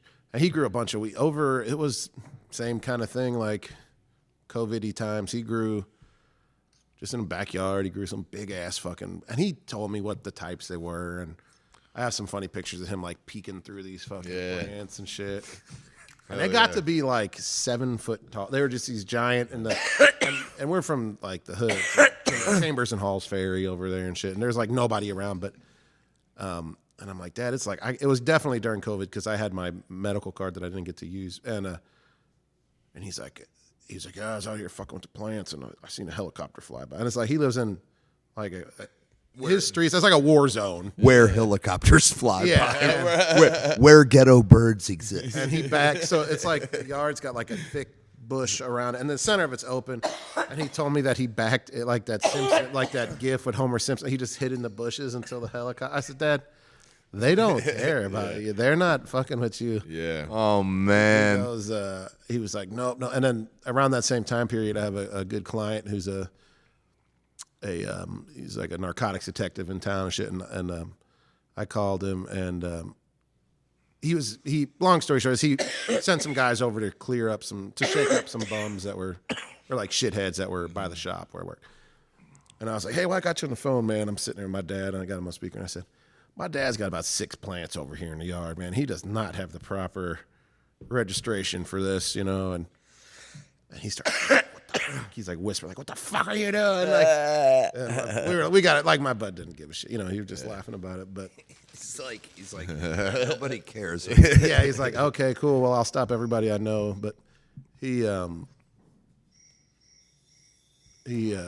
my phone. Okay, I was like, it's a cricket. I thought my story was getting boring. I don't even know why I'm getting I was like, call oh, right now. But he so he had that in the backyard. And then my cousin that lives with him, like he like ripped all the plants out of the ground to try to get to the weed early or something. But I'm trying to get my dad to grow up, like get back. But my other friend Boo, who was on recently with us, great guy. He's like, I'll help your dad, like get set up. He's like, your dad has to fucking listen to what I tell him. Yeah. Like my dad would be like, I was growing weed in 1981. And it's like, right. Dad, I know you were. Like, this is different shit, and you're going to have to listen to what people tell you. So it took my dad literally 5 conversations before finally he was like, all right, I'll listen to what you Yeah, I do. Once I started learning how to grow pot, I really like to help people start growing too. So I've gotten a few people to get their card. I've gotten a few people started growing. I sponsored my homie. It's in my team. I sponsored his grow. He's now full on grow now, and that's awesome. Yeah, man. It's just inspiring people to grow. That's been like one of my biggest things, man.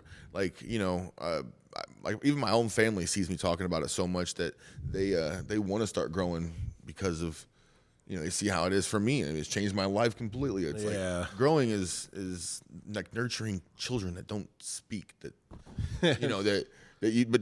but say 1,000 words through their structure, and you're looking at it, you can tell they're unhappy, they're sick, they're whatever, they're flourishing, they're happy. So when you do a good job, and at the very end product, and you got something like this that's awesome. It's amazing stuff, man, and the medicinal properties of it too on all different aspects. I mean, the cannabinoids in it, the CDN and CBD and THCV and all that kind of stuff, just for certain ailments. I mean, it's just amazing that you don't have to just sit around and just you can medicate yourself properly, like properly. Yeah, it's pretty wild. I definitely would like to hear more about what you do with the RSO and the veterans and cancer patients and your team as well. I think that's all. I know you're busy right this second, so That's cool, brother. It's cool. I didn't want to hit that. I was like, damn, I'm saying this question as he's ripping his tab. It's like when you're taking a bite of food and you're like, hey, ask you a question. Waiter walks up. Didn't you say earlier that he was the long wind champion of the deep breast long stroke across the pool or something? I don't know. Tom, let me tell you something there's something you might not know about LT is he used to be the road tour manager for the band Spine Shank. Yep. Badass. Okay, so they were basically a closer for Everclear. Nice. So it all started pretty much in like around the pandemic area. I got on Instagram and was going to post my grow, things like that.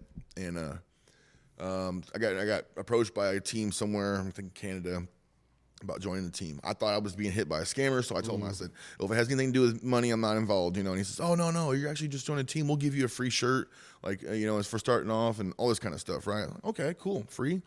So we got involved, and then we was in the group chat and this and that and the other. So I got my buddy started. Got him growing, got his license, everything like that. He joined my team. Long story short, he creates his own team, okay? Because a little issue with one of the members, whatever the fuck, and he does his own thing. Names it Team Urban Grow. Well, he was kind of in on it like hardcore, and I wasn't. I was kind of stepping back. And then some time came, and he was stepping back. Now I was getting into Instagram hardcore. So he's like, hey, man, you want this team? And I was like, yeah, that's cool. So I took over. It was like 4 people were still on it. So I'm sitting here with the team, like wondering, what am I going to do? Because the initial deal was you join this team and you're affiliated with this place in Canada called Ultra Garden Supply. And so every month they give you a gift pack kind of thing where you'd spend like $20 on their website, and they would send you your item and then like a whole line of these like sample like nutrients and stuff like that. And then you get a free shirt and with your team logo on it and all that kind of stuff. So if you recruited people, you get like 20 or like 10 people, you get a 20% discount or something like that, right? So the people that were running that ended up being wanted for a double murder. So it all went, so yeah, it's like, so the whole idea went. So all the teams that were doing this all quit, and everything was, so we like kind of lost the whole new meaning now. So now I'm like trying to recruit people for discounts. Now I'm trying to recruit people for an actual team. Like, okay, so what are we going to do? So I see all these people, you know, on Instagram talking about your bug is here, you didn't get this, and just all this stuff. So I'm like, we're going to do a team. We're going to do give backs. We're going to do giveaways and things like that. So I built the team up, you know, found some people left, some people stayed. And so now we are still to this day kind of formulating certain things on what we're going to do. But for the most part, our team is based out of Canada and USA. Most of our hardworking team is in Canada. But we do give backs to veterans, cancer patients. You know, we do all kinds of stuff for the community. I make RSO and give it to cancer patients and veterans. And that started because I made some RSO one day, and I made a bunch of it, and like 16 syringes full. You know, I was literally like, what am I gonna do with all this shit? This shit was way too strong. I took some, and I was completely obliterated, man. And so I started thinking, like, I didn't know how to sell it. I didn't know, nobody really knew about it, so I didn't know how to really market it. So I was like, I'm just gonna give this shit away. Who would be best to have this kind of shit? Not just any person, you know what I'm saying? But I wanted people that deserve that shit. So cancer patients, you know, I started looking stuff up on the internet and figuring out where it all started and how it all started and what it's being used for and treated for and all that kind of stuff. And so I started putting it out there and helping people with that. And then I was going to join this with this one guy and kind of collaborate because he does stuff for veterans. So we talked, got all hyped, everything was cool, and then he just disappears. So here I am talking about, yeah, well, I'm doing this for cancer patients and veterans. And so then this dude dips off, so I thought, well, you know what I'm saying? Like, we both had the same views on veterans, like just on, you know, just the respect aspect and just the PTSD and all the stuff they go through. And then when you start listening to other people talk about what they go through, it's like you're sitting back going, like, you realize your life is way better than you fucking think, you know? So I knew this stuff would work for PTSD, so I was like, if you're a veteran, if you got cancer, let me know, pay for the shipping, I'll send it out to you. And that's how it all started. That's awesome. I loved seeing that on Facebook and your social media. Yeah. Yeah, that's sick. Yeah, and it's, you know, and I get donations, so a lot of it, like, if I don't get donations at the time, I use my own plants. I'll run a plant strain specifically, like pre-98 Bubba Kush. My buddy swore up and down that he had a rare form of cancer. His one side of his head won't grow hair back, or it's starting to, but very little, right? Mm-hmm. But he swore up and down that the vape cart of the pre-98 Bubba Kush is what helped get him through, or not necessarily cure him, but, you know, aid him all the way through the end until the point where he's not fighting cancer no more. You know what I'm saying? Full believes it. Fuck it. Who absolutely. cares, right? Like that's what medicine is, right? Like, if it makes you feel better, that's what matters. And like, feeling better means a lot of different things. I think you've struggled with back pain, you know, and like the mental aspect's actually almost worse than the pain. Oh Yeah, absolutely. You know? Well, see, a lot of things, like, people are having issues with pot, like you say, causing you to kind of get paranoid. And that happens because a lot of the times there's strains these days are real high in THC. So you're getting a 30% to, you know, whatever, and it's, or you get the you know, 99% THC in the extracts and things like that, and that tends to really, you know, be real harsh on your psyche. You know what I'm saying? Like, sometimes I'll get too stoned and start getting not like necessarily paranoid, but you start thinking, you can start getting in your head a little bit, you know, and so yeah, it sucks. Yeah.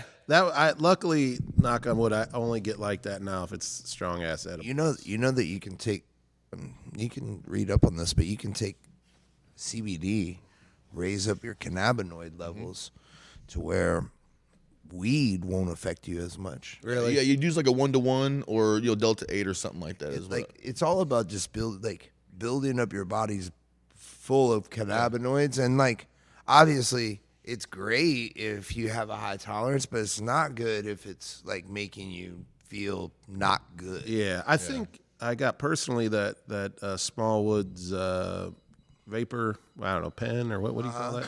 Yeah, the rosin pin. Yeah, that's been really nice to help me ease back into it. And tonight I have a pre-roll from Captain Mo Green Yeah.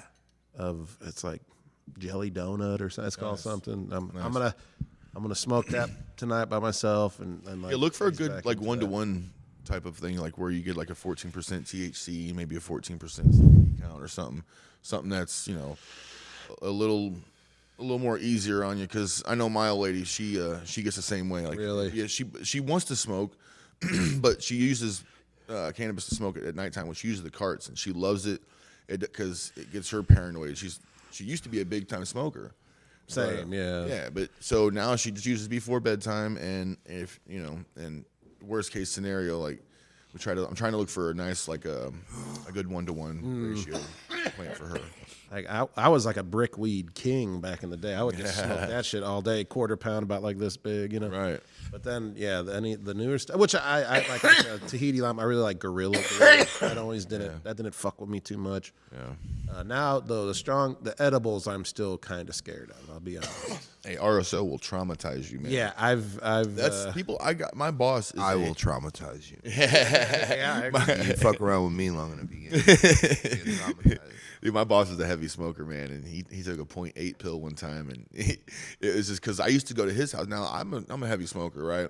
I go to his house, and he literally that's all he does is smoke, like everything back to back, nonstop.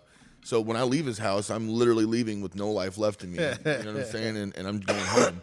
So when I gave him that, and he came back because he was talking about how some edibles don't get him high or nothing. I said, "Here, take this."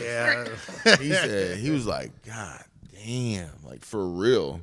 One of my buds give me some RSO, the gummies about like this big, and one of my other friends took 8 of them. And he's like, "Oh, I'm good," and I'm like, I bit the head, right? They're like the mini gun. I bit the head of it, and I was like, okay. And then at the peer pressure, like, fuck that, come on. So I ate the rest of it, and then we went and saw Deadpool 2, and like I felt like I couldn't stand up. I was like, yep, I'm fucking destroyed. Like, this is terrible. Like, should have just ate the head. Heavy edibles hard, man. Like, I haven't had RSO, but I can tell you I've taken some heavy doses of THC edibles, and I mean, get you sick kind of shit. And sometimes you just have to go lay down. But I had to take that early on to get off opioids, like just to sleep and to ease the pain. I was in so much pain back then. I would love to donate some RSO to that, or some of. We'll talk about that after the thing, or pass information. But I have plenty of rosin pucks that you could soak, and so that's all straight from hash, and I just donate it to people getting well. I'm fucking way into that. I can save leaves for you too. That's not that big a deal. I usually just I just have so much, so I gotta throw them away. Yeah, yeah. I still got enough for a lot. Actually, a buddy of mine stumbled across about a quarter pound of some old brick weed, like some like straight up old compressed. It was so. I was sitting there looking at it like, man, I got to say this, and I still haven't made the batch yet or nothing like that. But I try to go for a lot more indica stuff. But really, at this point, anything they did there's a study out or whatever. It's like 55% and higher THC will help in the aid of cancer. So It can't hurt. yeah. So when you take those large doses, like a gram a day, with RSO, I mean that it was significantly, help with cancer big time, But they also say that RSO was really good for skin cancer, because it started off, with using it for skin cancer, and it worked. Someone sent me a picture just recently of a guy that his face had face cancer, or skin cancer on his face, whatever, and his shit was eaten alive, and they put RSO on it, and it was like clearing up big time. So this team thing, do you have like an Instagram that you run for that or something? Yeah, it's Team Urban Grow. It's Team Urban Grow with no W. Okay, cool. And do you have like a brand for your grow or for your products, or you just is it just Team Urban Grow right now? No logos or anything? No, there's a logo. Yeah, we've got a logo. Oh, your made. Team Urban Grow is Yeah, and that's all your flour and everything, yeah? Yeah. Let's just Team Urban Grow is basically all of us. RSO company. Well, no, it's not a company like that. It's basically just us. It's a bunch of people out in other areas like of Canada and United States, and we grow. We do grow offs. We help breed seeds within the group. We pass them around. We do giveaways we collect sponsors for giveaways, things like that. We give back to the cannabis community. Okay. And so if you're so instead of just me doing it by myself and only being able to do it within the United States, I have a captain out there as Pounders Cannabis. He's my vice captain, and he handles everything out in the Canada area. So we collab. We get sponsors from both ends. That way we're bigger. We're larger. We can do more in numbers as opposed to just one person. Yeah, so it's a big I get team it. That kind of pull together and we do good things for the community. Whereas what inspired was seeing other people out there doing giveaways, and then you're not getting your prizes, and you're getting something else, and then people are calling you out, and now you know what I'm saying, like scammer this, scammer that type stuff. So we really pride ourselves on being a legit and always being there for the community. It's been really good to us because literally I could put a post out. I need $200 for a case of Everclear, and I can get that within. I can get most of it within the first hour, just from the community. Yeah. So it's a beautiful thing to be able to help people with this. Have a team that backs me up. Have other people out there that back us up, and I just want to do good for people. No, and that's awesome, man. Teamwork makes the dream work for Absolutely. sure. You know what I mean? Like, Yeah, absolutely. yeah. I mean, I'll be honest. I couldn't do all the stuff that I do without the team of people that I have. I have a team of people That's awesome. that does shit behind me. Like, at this point, I basically shake babies and kiss hands. But Yeah, that's awesome. Man. well, I mean, like I have to pay all of them too. Yeah. But you know what I mean? We have to make all the things go round. But like for real, like just what I found is what I do best is talk to people and network and tattoo. And so those are the things that I do best, and I can make those pay for and do the other things. And like other people are really good at writing emails, and other people are really good at like doing my social media. Yeah. Other people are really good at, you know what I mean? Like, and so I just hired the people, like I got people to do logistics. And so definitely like it's taken a team of people. Shout out to Bowser. He's been a great addition to the team. He told me that he heard our shout outs in the earlier episodes, so I just thought I'd just throw him in there again. It's LT's apprentice. He's a tattooer now. Great guy. Good guy. Great guy, but he's the fucking goat, bro. I'm voting him for friend of the last decade. He's on top of his shit. I want to keep it 100. Like, you don't find people about once every 10 years or something, and unless something drastically changes, this dude's up for nomination of friend of decade, bro. Like, Nice. That's awesome. I don't take on very many friends, so. Well, that's a big shout out. Ooh, I have to edit that. You didn't say too much. Earphones. You fucking suck.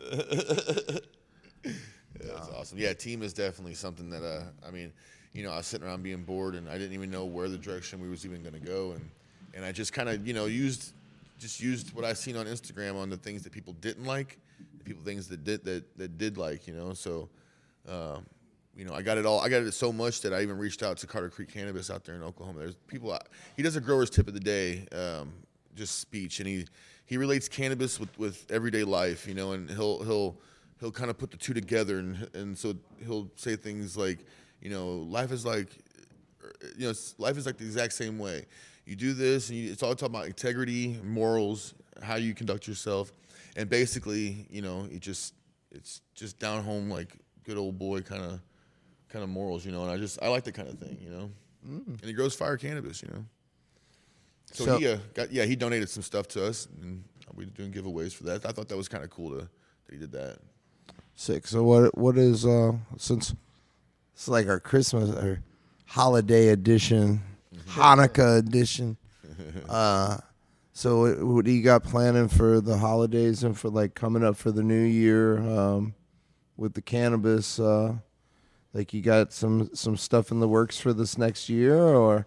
Yeah. So, well, I mean, we're doing a grow off right now in the group. It's to push to basically pheno hunt. What is a grow off? To grow off is basically like we all in our team will pop these seeds at a certain time. The person running will get all the rules and stuff like that, and you will grow, and basically the best one looking wins, pretty much.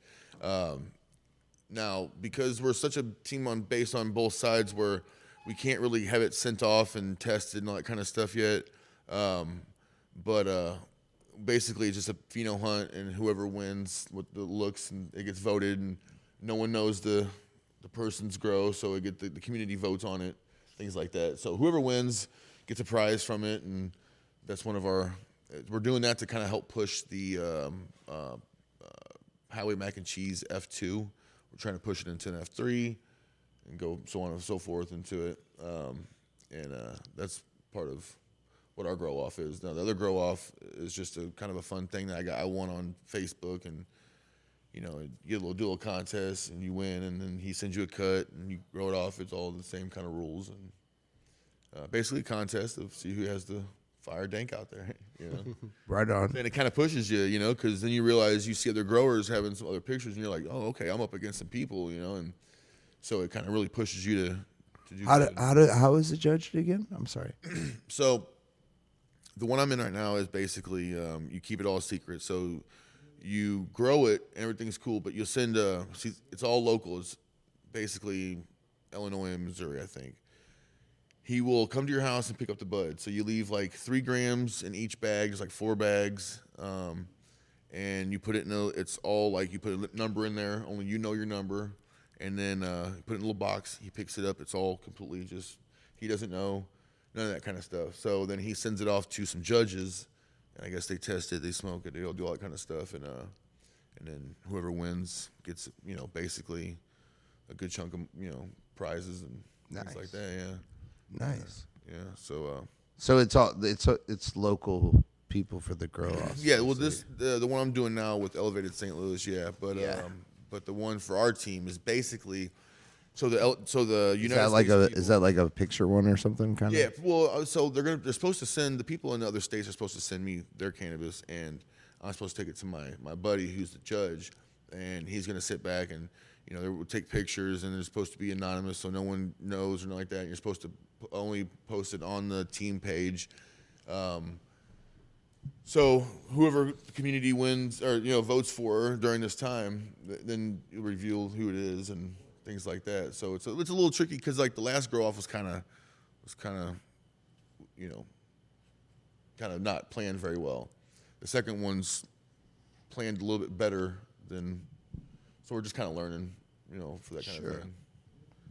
But I think there's always an evolution of something. Yeah, absolutely. It's a lot of fun, We all get along. We shit talk with each other, and we just kind of make it fun. And by the end of the day, you're learning stuff, and you're pushing yourself. And yeah, well, I think so. I talk about this a lot, and this is kind of why we do this podcast anyway. Is like the relationship between tattooing and cannabis, and like one of the things that I seen right away when I got into the cannabis community, well, as of recently, was that it was a lot of like this is all built on networking, and like especially with social media nowadays, we have all this availability like right at our fingertips. You can literally reach out and touch anybody at any time.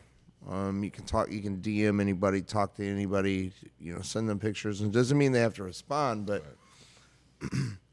it's been my experience that like a lot of people respond. yeah, And I always say this, like fuck closed mouth, don't get fed. Yep. And like one of the reasons we did this is because like if we're gonna do it, like you just got to do it. Like, like you can be scared and nervous and all these things, Right. but like until we sit down and start doing it, who cares? Right. Right. Exactly. So, I think that's awesome, man. No, contests definitely we're entered in. So we're entered in the Frost Bowl. I think is coming up in like February. We entered some hash in that. Cool. It's the only thing we have going on for us so far this year. We have the Cannabis and Tattoo Festival coming up February 18th and 19th with a glass blowing demo from Nico Cray. Where's that going to be at? It's going to be over off St. Charles Rock Road. I can't remember the exact name of the location, but I can tell you that it is between basically it's between oh God, I'm blacking out now. It's on the Rock Road. It's on the Rock Road. How about that? North Side Rock Road. North side. It's actually like, yeah, I guess mid side, bro. It's like Mid County. mid county. It's like closer to my side than it is like the Martin Luther King. Like it's before Ferguson Street. Okay. So it's back this way. You know what I mean? And that's going to be like, this is your first one, and then you're going to maybe do something bigger and expand it down the road if it goes smoothly, yeah? Yeah. We're gonna have one. Well, I don't have the exact dates for that yet, but this turned out to be a lot more interest in it than I thought there was going to be. So I'm hoping that in October I can do one at where we used to do the STL Classic, and what I'm hoping to have is like a full-on cannabis, like, have 40 tattooers, 40 vendors. I have the perfect vendor, Elevated St. Louis. He's the guy. Yeah, no. We for sure we'll do this thing here was already bigger than I thought it was going to be. So I'm excited for the next one. But yeah, this is just like kind of a small personal thing, but definitely come out. And I think we still have some vendor spots available for it too. And I can send you the link for that. It's definitely, everything's on sale. The tickets are on sale for that. We're with RX Loft on that. Me and RX Loft are partnered up on that. Matt's going to be there tattooing. Yeah. I might do a tattoo or something. I know Bowser's going to be tattooing. Kaylee's going to make an appearance. Christina's going to make an appearance. We got Midwest Rick. Jeff. Heffy. Jeffrey Steffens. And the Flip Shades from out of state is going to come here and fucking do some sticker tats and some fucking stitch tats or whatever, cross stitch tats or whatever they're called, patch. Yeah, those are badass. Patches, man. And it doesn't stick down. Sticker, man. It's sticker. Yeah. He's actually going to guest spot here a day or so before, so I think he has some availability. It's going to be a sick-ass event for sure. And like I said, in February? Yeah, it's going to be February 18th and 19th. Like, this is already locked down 100%. Okay. Yeah. It's so just like, I keep kind of downplaying it, but like, so me and the dude from the RX Loft were just talking about doing an event at this place. And I was like, man, we should do like a tattoo cannabis event. And so I was like, well, I'll just like sponsor it with Tattoo the Loose Studio, and like I'll put together like 8 artists for 2 days, and we'll just put like 4 booths out there, right? 2 people at each booth. And then it's a real small, like kind of like a where you would have like a wedding reception or something. And so we can have vendors down each side. So probably like 5 vendors down each side. So like 10 vendors per. So like it's pretty small, but it was more of just like a grassroots. I just want to do events that like normalize vaping and smoking and no alcohol. So we put this together, and then, man, it blew up with interest. I had tattooers from all over going, yo, I want to get a booth. And I got people that want to spot. We've already got, well, I don't want to release them yet, but we have some good sponsors coming on for it. Nice. And it's gonna, like I said, Nico's gonna do a demo, and he's gonna have stuff for sale there, and like Nico's pretty high-end rig maker, you know what I mean? And like he's an artist, and it's gonna be awesome. So I want to follow it up like in October, you know, like kind of with like a Croptober kind of thing, and do a cannabis, but have like 80 booths and do it like at the Holiday Inn, and again really legitimize it. Like we're just talking through the details right now to the contract for it. I just don't have the full dates for that one set up yet, but basically we just need to get the okay to vape in there, and then like we'll have like a smoking area for weed outside. Nice. But like I want you to be able to vape inside the building, you know, just like if you were drinking, you know, going and have a whiskey or something. Like I want to have a full dab bar there with like, you know, 80 selections or something, you know, and like you can go up and buy like 0.1s or 0.2s or something, you know what I mean? Like, again, I think like to me, that's the importance of all of this stuff, is to really normalize this, you know. Yeah, they've just made it so weird that you know, people can't even go say that it's a legitimate medicine most of the time without snickering to some degree, or, you know. So yeah, no, I'm looking forward to something a little bigger. I'm also just looking forward to this event. I think it's going to be fucking awesome because it's going to be also small and real personal. And just also see how it shakes out. So I got a lot of stuff going on this year. I'm excited, bro. That's awesome. Yeah. I love cannabis events. We go to the ones out there in off of Knights of Columbus out in House Springs, Missouri. Unfortunately, I haven't been to that. Every time I have some kind of weird conflicting thing on my schedule. I don't know why. Every time I'm like, I'm gonna go to this thing, and then like I'm like, it's on a Saturday, and I'm tattooing, and you know. But we're definitely trying to get to more events this year. And I've been doing a lot of stuff with RX Loft. So like, you know, I do a lot of pop-ups with them with my Small Woods farms, solventless. And the cannabis industry and the tattoo industry, I think, are real similar.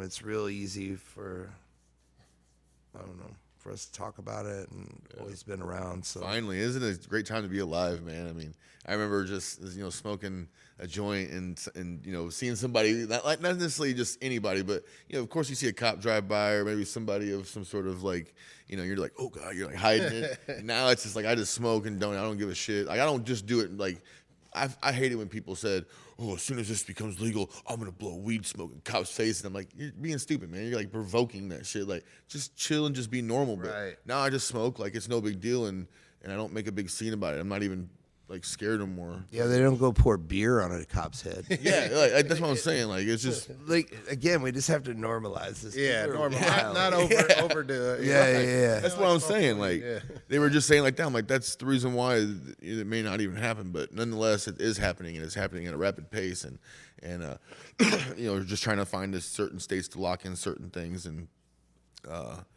so yeah, it's becoming popularized now. I'm a little more afraid of it being federally legal, nonetheless, of them having control of the you know, DNAs of certain strains and things like that, and copyrighting certain things or whatever. But they're gonna do that, bro. Yeah, that's I mean, Monsanto. Yeah, of course. Yeah, just fucking Bill or you know, the guy, Amazon guy. Yeah. Well, I mean, they're like, of course they're gonna patent it. They're gonna lock everything down. Like, they've done that with every other bumper crop of everything else we've ever had. So I feel like we would be fucking idiots to think that they wasn't going to do that. Exactly.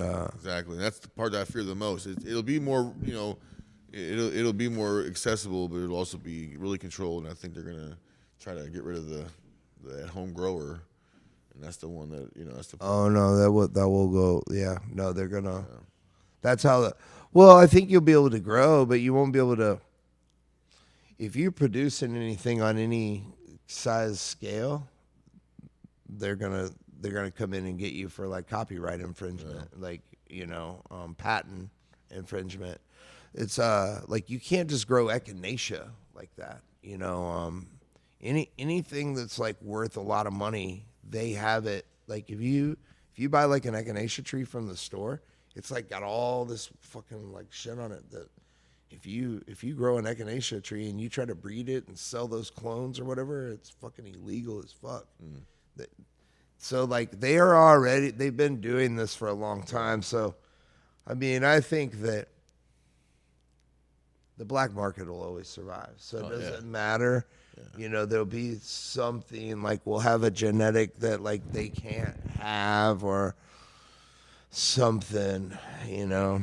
So I don't know what that is, and you know, more will be revealed is the best way to look at that. Hey, it's here though. We're able to, you know, we're able to medicate without being judged or scrutinized and things like that. And it's a lot more. Things are being a lot more relaxed about shit, and so it's very nice. I didn't think I'd ever see the day for this to actually happen, you know, and being able to grow at home, and you know.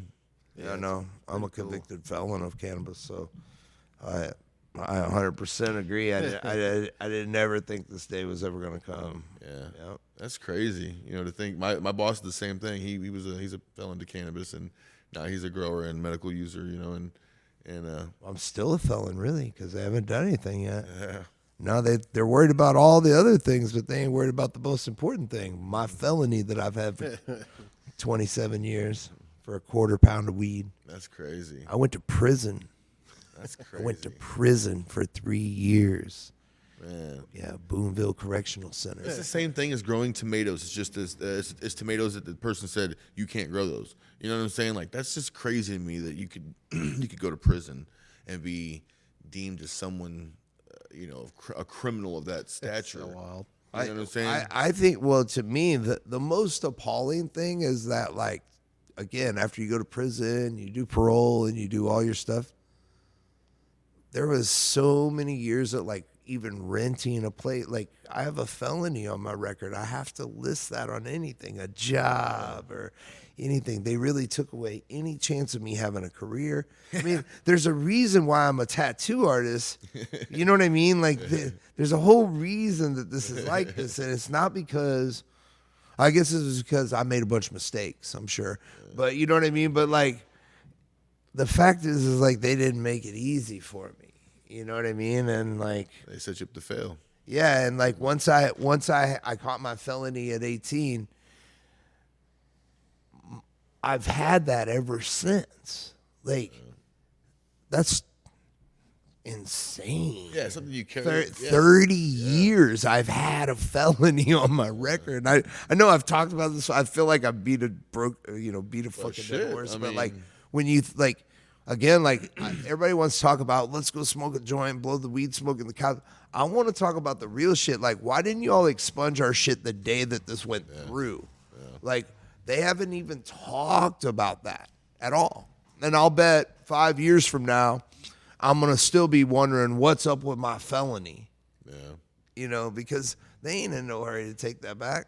Yeah, that's crazy. And they're not in any hurry to, you know, give me reparations. And like, I know that New York, when they just passed recently, they basically did this thing where they gave the first 36 licenses to people that have been convicted of marijuana crimes, and they're getting dispensaries.